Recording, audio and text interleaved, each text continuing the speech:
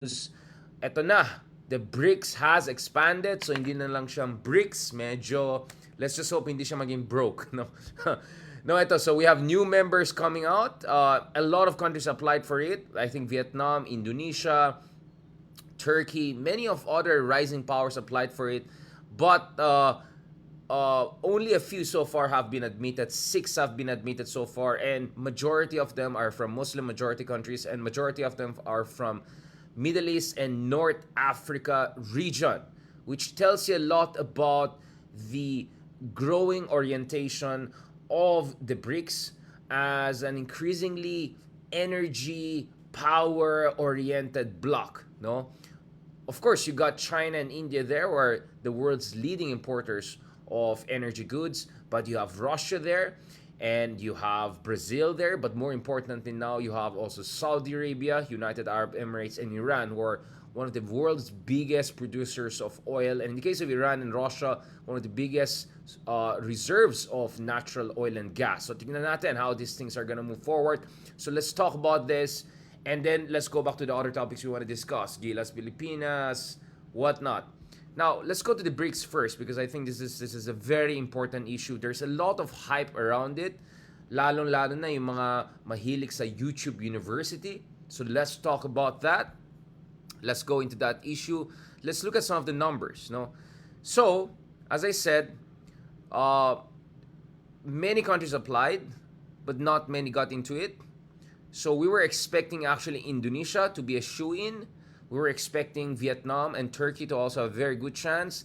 Now the one with Turkey, I had my doubts because Turkey is a member of the North Atlantic Treaty Organization, and as you know, Russia right now is in a de facto proxy war with NATO. So I'm not sure about the level of comfort there, even if you look at Turkey as an actual foreign policy under Recep Tayyip Erdogan, actually Turkey has been trying to play both sides, no, trying to keep a good relationship with Russia while maintaining its presence within NATO, at least as the second largest ground forces within NATO, yung Turkey. So Turkey is a big force within NATO, but it also has very good and big relationship with Russia, especially Erdogan and Putin. But nevertheless, perhaps some felt, maybe Russia and China felt, having a NATO member was not the right way forward, even though Turkey has a massive economy, more than $1 trillion economy, and has very big potentials to be one of the rising economies of the world.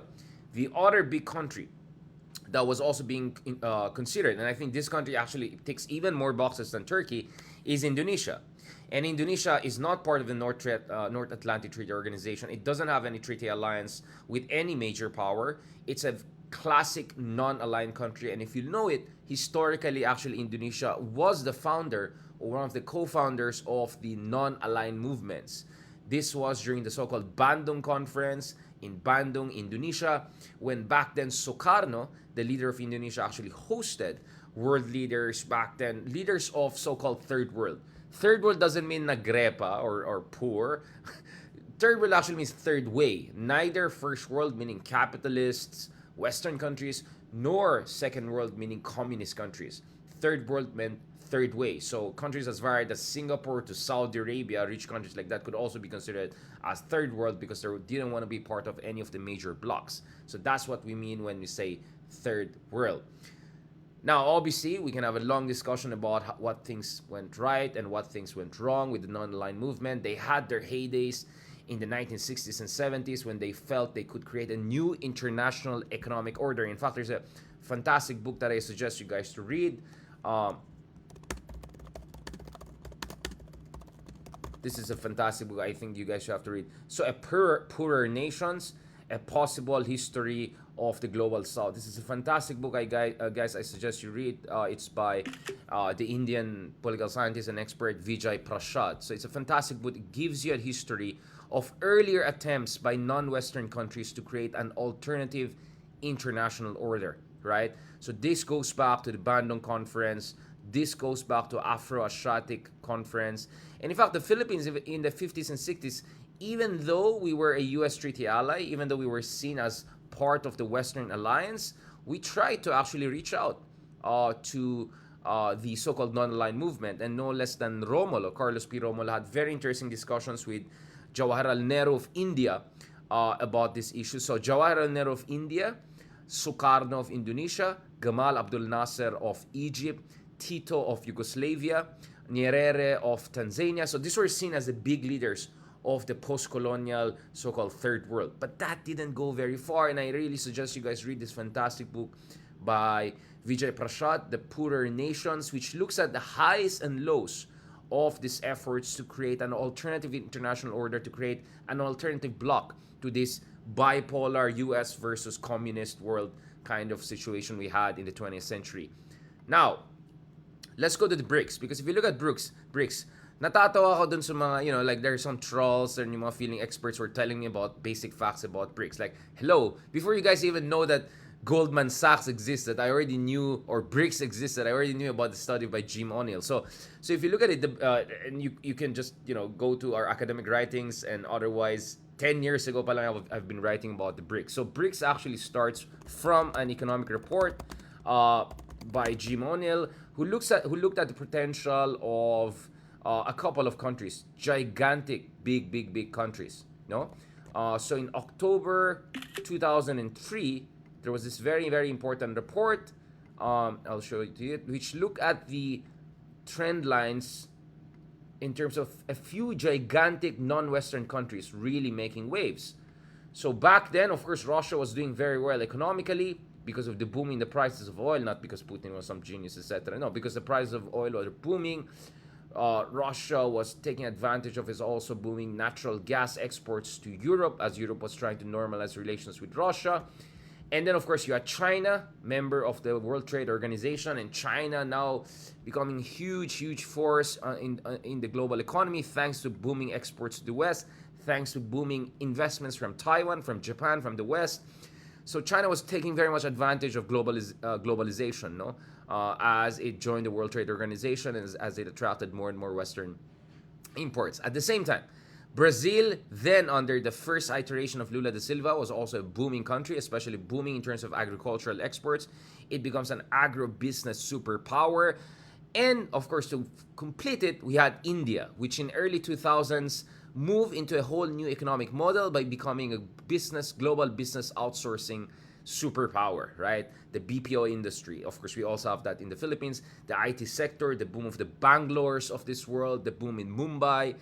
So this was a time of huge optimism, right? And in fact, I suggest you guys read this fantastic book by another very great Indian writer and expert, Breakout Nations. It's a fantastic book. I suggest you guys read it. It's by Ruchir Sharma, who back until a few years ago was in charge of close to $1 trillion in investment portfolio, Morgan Stanley, in the developing world. So this is a guy who was not only an economist and a journalist, he was in charge of big investments across the developing world. So he knew what he was talking about. Sorry about that. Here, so this is a fantastic book I suggest you guys. So he looks at, for instance, how in the late 1990s and especially in early 2000s, there's the massive economic boom in resource-rich countries like Brazil and Russia, but also economic boom in gigantic countries like India and China, which very much joined the globalization game. IT, business process outsourcing for India, export-oriented industrialization in the case of China. Now, it didn't take long for that Goldman Sachs report on the economic potential of these countries to turn into a real, or at least an emerging geopolitical bloc. So just barely half a decade after, you had the first BRICS summit being organized. And in fact, Vladimir Putin was one of the harbingers of this. So one of the first meetings was in St. Petersburg, if I'm not mistaken, the first BRICS meeting. And then the rest is essentially history, as these 4 gigantic countries plus South Africa. So BRICS. Now, why South Africa there? Because if you look at South African economic and GDP size, it's not anywhere close to the other big four. So all the other big four are in the $1 trillion GDP territory. But South Africa is a semi-industrialized country, quite a sophisticated economy. And importantly with South Africa, it gives representation to Africa, because up until recently, when Nigeria's economic revisions made it the biggest economy in Africa, African continent, South Africa was the biggest economy in Africa. So you wanted to create some sort of this Afro, Asia, Latin America, Global South solidarity. So it made sense to bring in Africa. And interestingly, it is under South Africa's chairmanship this year of the BRICS that we finally see, based on reports 4 or 5 years of negotiations, that there's a massive expansion and really solid recognition of the need for the BRICS to go big, right? Go big or go broke. Parang yun ang understanding ng iba dyan. Now, nevertheless, the picture is complicated. The picture is complicated because within the BRICS, things have been changing very fast. In fact, you can talk about essentially two poles within the BRICS. One pole is led by China, because Russia is now increasingly an addendum to China. Let's be honest about it. Putin is relying a lot on China to prop up its economy, huge exports to China, and increasingly also to India. And most of the cars and consumer products, industrial products right now in Russia are coming from China, right? Because all the sanctions, all the problems with the West. That's why the Russian economy is afloat, because it's redirecting its economy towards China. But that means huge imports from China. That means huge reliance on China, and increasingly also in India. So Russia is becoming weaker and weaker in the ranks of alternative powers. It still has a lot of nuclear weapons that gives it a kind of a say in global affairs. But beyond that, it has an economy which is not dynamic. It has an economy that is not really upgrading, but an economy that is increasingly dependent on that of China and India. So as Russia goes down, it's really two countries who are coming up. Brazil is so-so. So after 4 or 5 years of economic stagnation, massive corruption scandals that led to the rise of Bolsonaro, now Brazil is kind of coming back thanks to the boom in the price of commodity products. So Brazil is in better position right now in these days. But Brazil is nowhere close to the potential that everyone was expecting it to meet back in late 2000s, when everyone felt Brazil could be in top 4 or 5 economies by this point in time. Now Brazil is big enough, but not at the same level of India, now the biggest country in the world by population, and China, second largest economy in nominal terms, largest economy in the world in purchasing power parity. So you really have two poles right now within BRICS. One is India, and I think Brazil is very much more close to India because both are democratic nations which are also non-aligned. They don't want to align with the West. And then the other one is really China, right? With Russia more increasing as an addendum, and South Africa just being nice host there. No offense to them, right? Although I would say South Africa is kind of also more the Brazil-India type. And the first big disagreement between the two sides was really on the issue of expansion. What kind of countries are we allowing to come in? Because if the expansion is gonna go in the direction of more and more anti-Western or China-dependent countries, then India said no thanks about that, because that will mean that BRICS will become more a China-dominated, will become more of cribs rather than BRICS, a China-dominated organization rather than a really global South alternative pole of power organization. And India's insistence actually has been a reason why Pakistan was not included in the expansion. Because as you know, Pakistan is an arch rival of India. But Pakistan is also a very supposedly all-weather ally of China. And China wanted Pakistan in to have another dependent ally inside to expand its voice via proxies. But of course, Pakistan is a huge country, at least by population, not necessarily by economic size. But India blocked that. And that's why you didn't have Pakistan among the number of countries there. India also insisted on the inclusion of United Arab Emirates because they feel that UAE, it's a commercially oriented country that has a very strong strategic relationship with India. There are not many Indians who work in UAE. UAE has very strong energy and trade relations with India via the Arabian Sea and the Indian Ocean, going to the western portions of India, the Gujarat, the whole trade that's very ancient monsoon trade. So ties with UAE is very strong. And UAE is known as a country which also wants to play kind of like Singapore, right? And an entrepot that's going to play different sides. They host American troops, but they want to have good relationship with Iran. They have great relationship with Russia. They have very robust relationship with China, but also a very, very close relationship with India.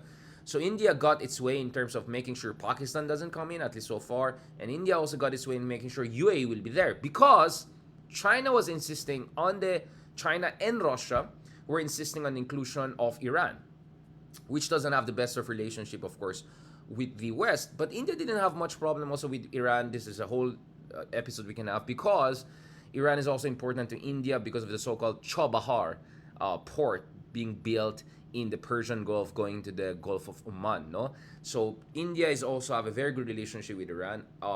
So that's why Iran came in. But China wanted Iran and Saudi Arabia, both of them, to come in because China sees the inclusion of these major rivals and powers from the Middle East as important in terms of giving voice and pizzazz to BRICS, but more importantly, to also indirectly affirm its successful brokering of peace or detente so far between the two major poles of power in the Middle East.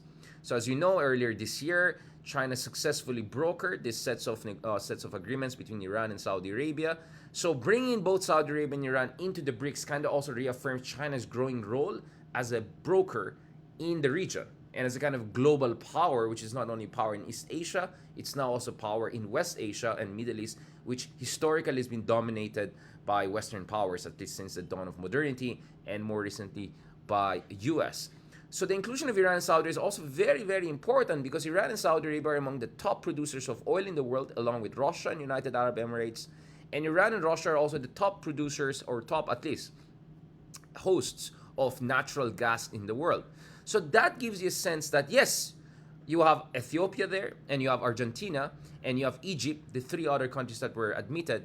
But the inclusion of Iran, Saudi Arabia, and Emirates was extremely important because it helps those three countries to have more and more interaction with each other, to deal with the rivalries. It also allows China to buttress yung detente that they negotiated between these rival powers. But more importantly, you have three massive energy powers of UAE, the Emiratis, the Al Saudis, and also now the Iranians or Persians also coming to the fore. So BRICS now is a grouping of energy superpowers, and this is very, very important.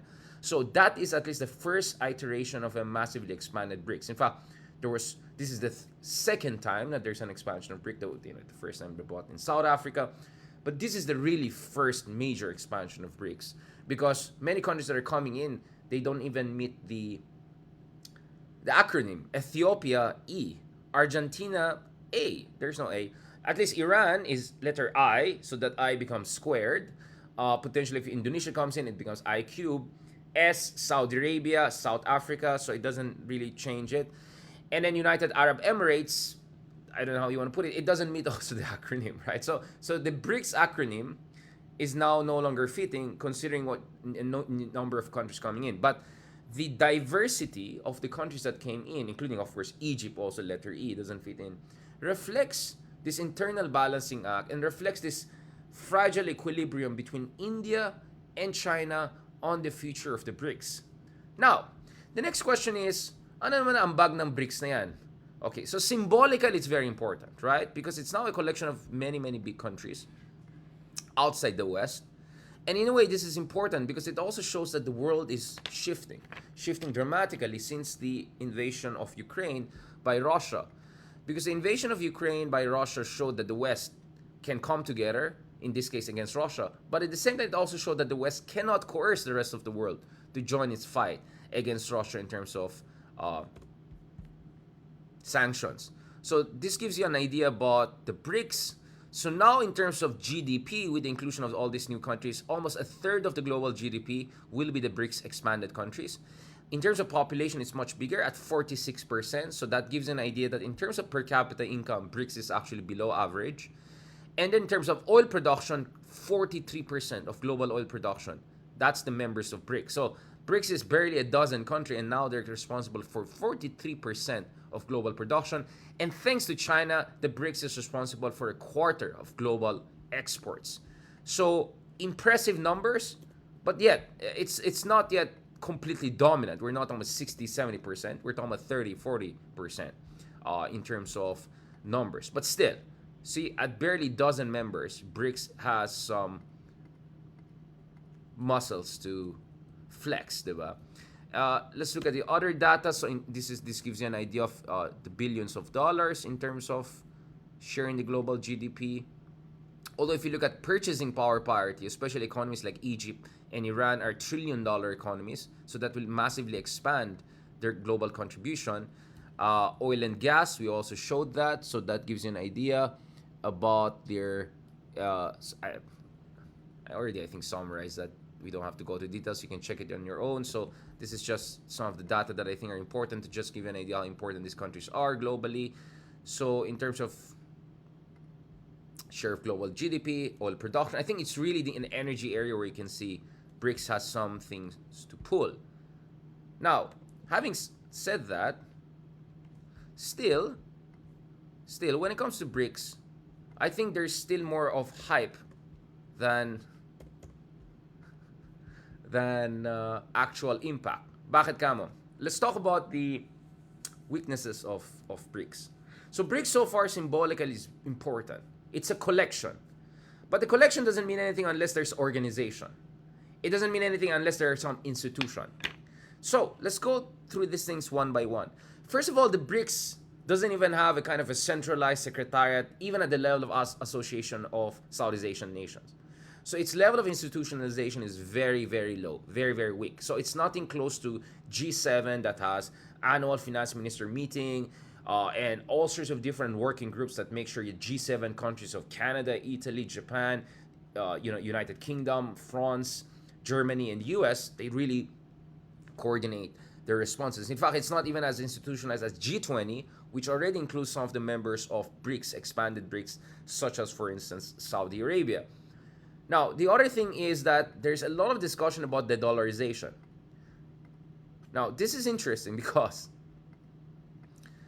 in theory, the dollarization makes sense in a sense that most of these countries, especially China and Russia, and now also new members like Iran, do not want to be dependent on US dollar for their global trade because of their vulnerability to sanctions and because of their willingness to overcome sanctions.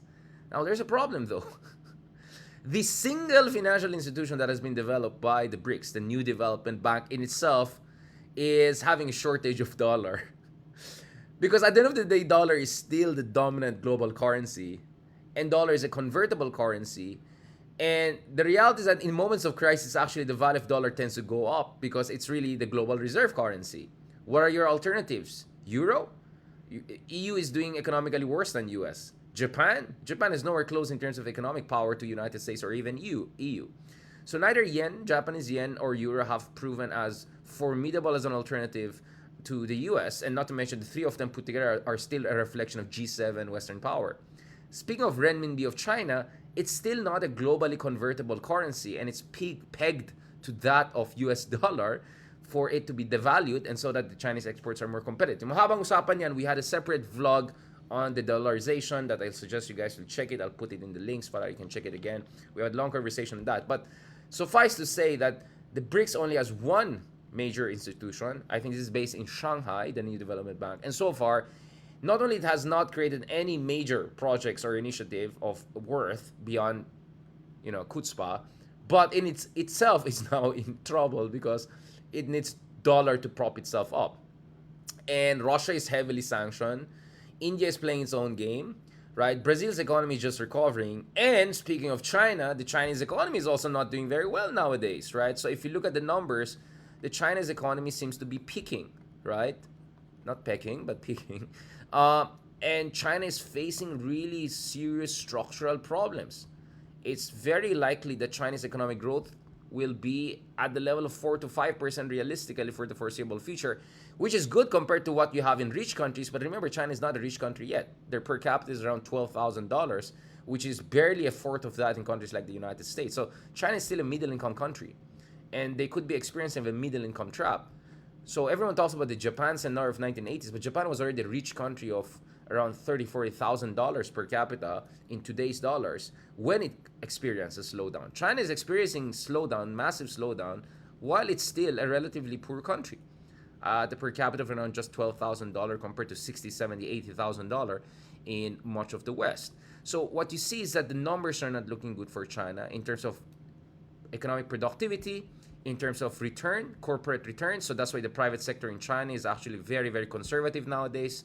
It's not hiring a lot of people, and that also explains the massive explosion in unemployment among the youth, especially college graduated youth. You also see that factor productivity is lower, so that means China has to spend more and more dollars to produce more and more dollars. So they have diminishing returns in terms of their investments.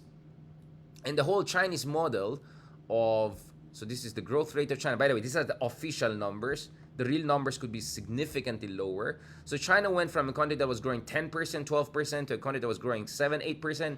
Now we're looking at a country that is going to grow potentially below 5% in the foreseeable future. Again, these are official numbers. And there are times when China just doesn't publish numbers, or there are questions about how reliable those numbers are. So I think 3 to 5% is really going to be the new normal for China, because the one sector that really contributed to massive growth in China was the real estate and infrastructure sector, and that one is flat out right now. It's not really doing well. The numbers are absolutely clear about that, because China's overdone it. They have absolutely overdone it. So this is the China property sector contribution to GDP growth rate. It's now negative. It has been negative since 2021 or so, right? And it's expected to be negative until 2033, way into the next decade. So one of the growth engines of China is really sputtering and going off the rails. And China's private sector is also not investing much, and China's consumers are also not spending much. So where is China going to get its growth? It looks like the strategy so far is to rely on China's high-tech manufacturing sector, electric vehicles, artificial intelligence, 5G network.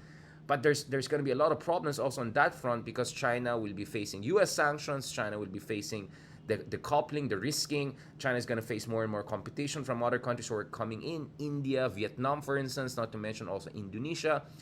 So China cannot just rely on high-tech manufacturing sector, which, by the way, is still not there yet, to compensate for depressed consumption, for depressed private sector investments, for diminishing returns and overcapacity pagdating sa kanyang infrastructure sector. And don't worry, I'm going to end on this, because I know we can go on and on and on. I'm just giving an idea about BRICS is becoming more and more China-dominated. India is still trying its best, but China itself doesn't look like it has the ability to sustain the massive growth it has had for quite some time. So what I'm saying is that I'm not saying BRICS is useless. Kaya nga sabi ko, BRICS is not business class a la G7, but it could be premium economy, right? At best.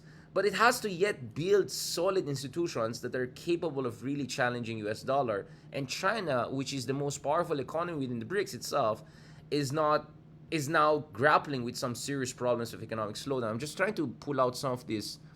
So this gives you an idea. So China has been massively spending, way above global average, right? This is the investment as share of GDP, to generate growth over the past 2 or 3 decades. That explains why they were able to grow even after financial crisis, global financial. But there's just so many new airports, new railways, new roads that you can keep on building, and that's going to create a lot of overcapacity, and not to mention that's going to create a lot of utang. So people keep on talking about China Belt and Road Initiative, utang tayo sa China. What people forget is that China has a lot of utang itself.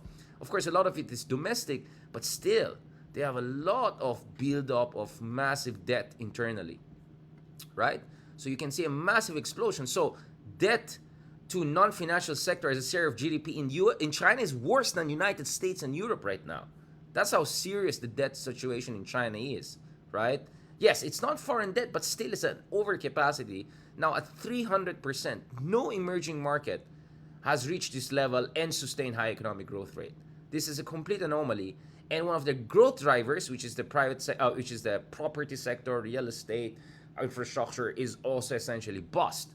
And so, where are they going to get the massive growth sectors in order to keep on 7-8% growth rate? Where are they going to where they're going to get the growth to keep on bringing money for Belt and Road Initiative? Kaya nga, mahalaga yan sa Pilipinas, because ngayon, ang tanong, it makes sense. Bakit si tatay, wala siyang nakuha sa China? Bakit debt trap hindi nangyari, pledge trap nangyari? Because mukhang, not only hindi tayo priority, mukhang wala tayong masyadong perang China na spare na i-dump sa Pilipinas or ibang bansa to buy our loyalty. So, this is the serious situation we're facing. So what I'm saying is, I'm not here to say BRICS is useless. I think it makes a lot of sense, especially for countries like Iran, Saudi Arabia, UAE, which are trying to build rapport with each other. I think it helps countries like Russia and Iran in terms of saying we're not isolated. It has its value. It has in value, and it has its prestige.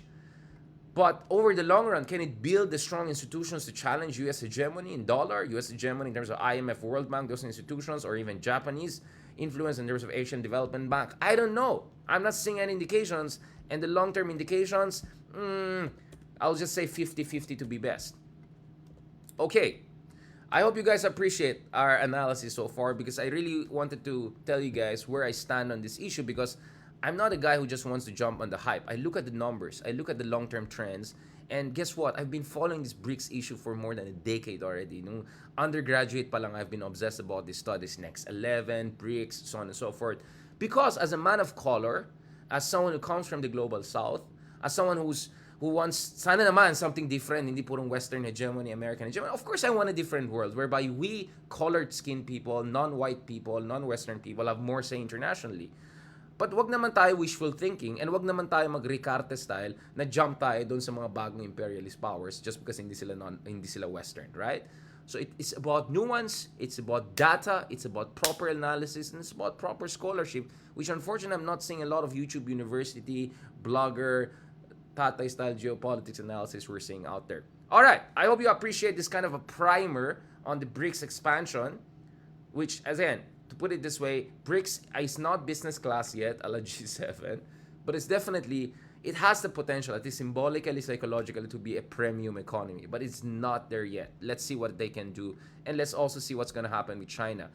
And also to add here, India is increasingly looking at doing its own thing, because it feels that BRICS is now increasingly China dominated, together with Russia and its pals. It feels that the Shanghai Cooperation Organization, well, it's in Shanghai, is dominated also by China. So if you look at a lot of these non-Western major blocs, they're mostly China dominated. So if you're India, what are you going to do? You don't want to also jump into the Western bandwagon. That's why they